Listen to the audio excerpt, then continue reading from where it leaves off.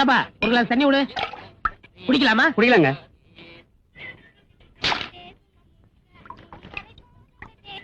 ஏய், என்னடா பண்ற? வாங்கண்ணே, சித்த வைத்தியம் பண்ணிட்டு இருக்கேன். படுவா, சாராயத்தை வச்சுட்டு சித்த வைத்தியம் பொய்யா சொல்றேன். அண்ணே, இதை இப்படியே சாப்பிட்டா தான் சாராயம். இப்படி தலைய ஒரு சுத்தி சுத்தி சாப்பிட்டா காசி கங்கா தீர்த்தமா?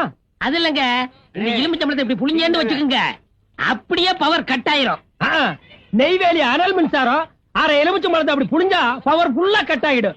சாராயம் குடிக்கிற நாய விளக்கம் கொடுக்குது பாரியா. என்னடா டேய், வியாபாரம் பண்ற கடையில சாராயத்தை வச்சுட்டு குடிச்சீங்கன்னா அவனுக்கு என்னடா கிடைக்கும்? அவர்கிட்ட கேட்டதான் குடிக்க. டேய் வேலு, ஏண்டா உனக்கு அறிவு இருக்கடா? தண்ணி குடிக்கலாமான்னு கேட்டாங்க, குடிக்கலான்னு சொன்னாங்க.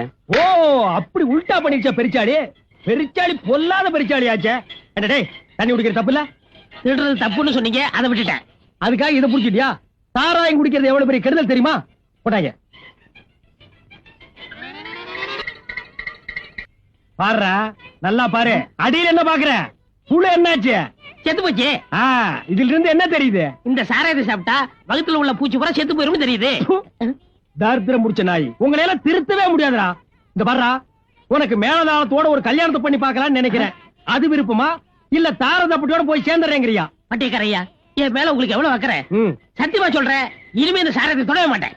வாயை காட்டிடுறேங்கறியாக்கும்.